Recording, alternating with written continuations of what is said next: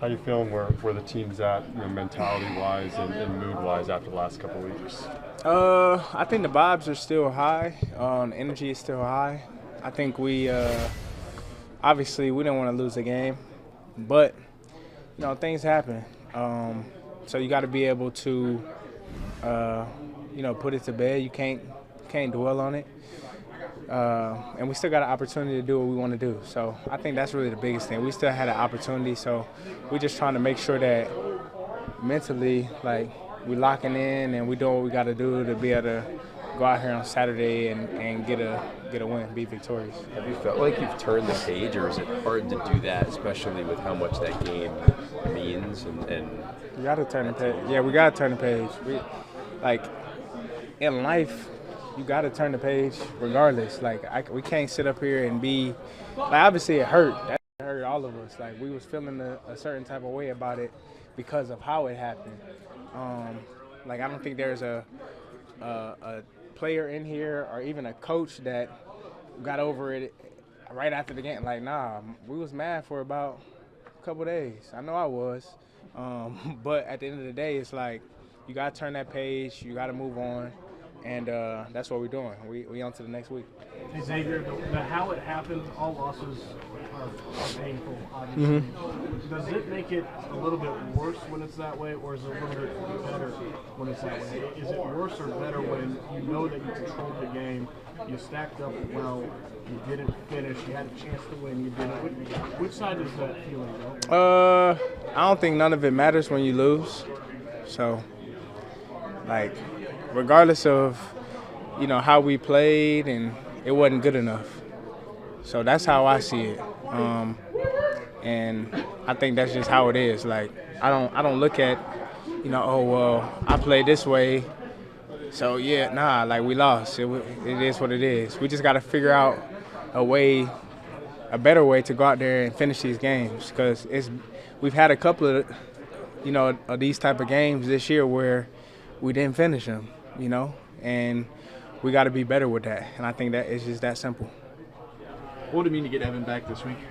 Mean a lot. I wish we could have all of our team back, but it don't play out that way. So it's gonna be good to be able to get one of our pieces back to our defense and to our team. Rumor has it Michael will be back in this evening. That's what Matt LaFleur said. Any conversations you want to have with him, or what kind of an impact you think he'll still have, at least more? He's going to be back when? Today? That's what Matt LaFleur said this evening. This evening, yeah. Oh. Say that question again? My bad. Well, what kind of an impact do you think just him being back here with the team will have on the team?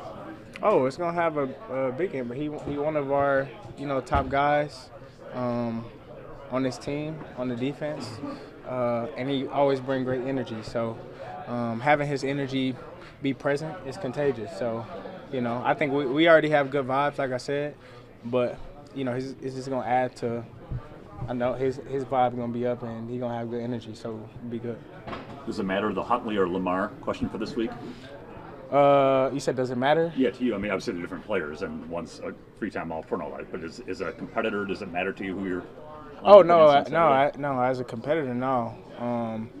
It never really matters who's out there. We always gonna go out there and compete.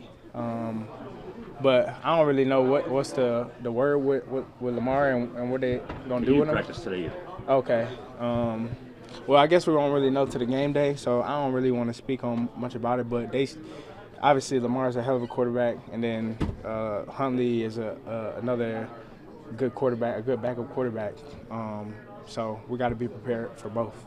How similar is their offense when Huntley has to come in? Do they change anything, or? Nah, not really. It'll be similar.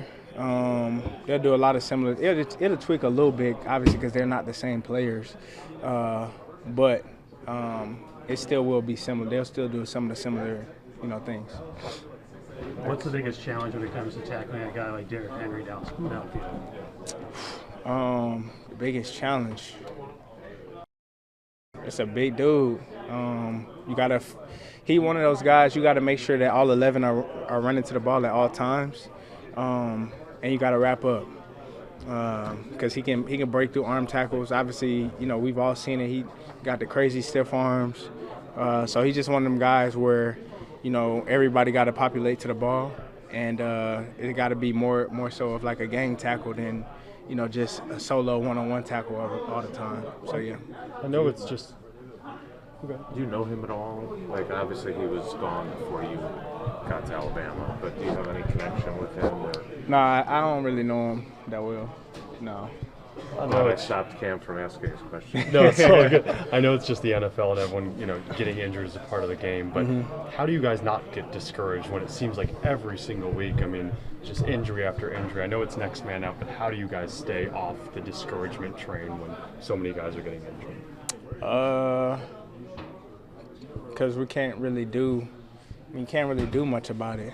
Like, if somebody get injured, and like have a serious injury, it's like, what can you really, like, you get like two choices really. Either you sit there and be like, oh damn, like we don't got, or you be like, all right, next man up, let's go win the game. Or next man up, let's go do this.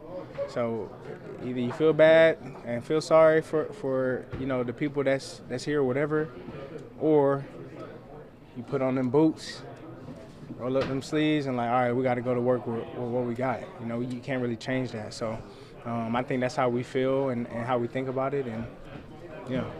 Speaking of rolling up sleeves, what's been like to see Malik come in the last couple of years and do what he's doing? Hey man, I've been seeing this. I've been seeing them do that since high school.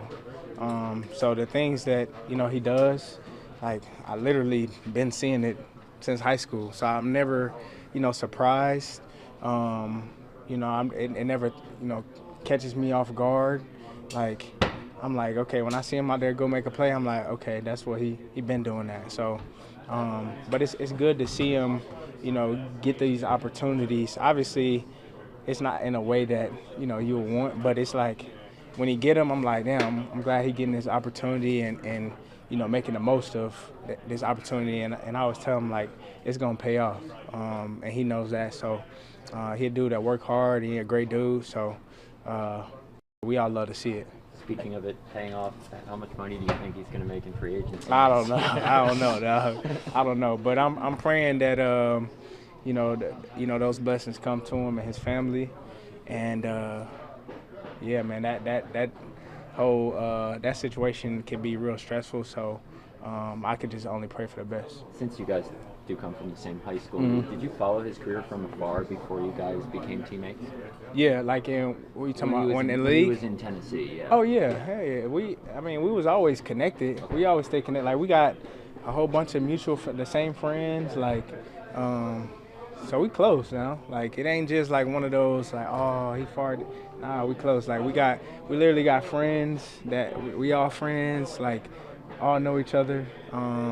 So yeah, I always paid attention to, even when he was in college and at Auburn and left the Liberty and stayed in contact with him, and I always followed his career. So yeah. Did you guys play against each other in college? Yeah, Bama versus Auburn. Yeah, we did a couple times. So yeah. How does he go from a guy who is traded for a 7th-round pick, falls out of favor in Tennessee, to a guy who looks like he can be a starter in this league? Well, I think what round did he go? It was a third. I don't think he was ever a 3rd-round quarterback in the first place. But, that's a whole different story. So, I think when you see, guys like that and situations like that, you just realize, like, he's a lot better than, what his draft status or whatever the hell said about who they thought he was. So I think that just shows when he does get these opportunities to go in there and produce for us.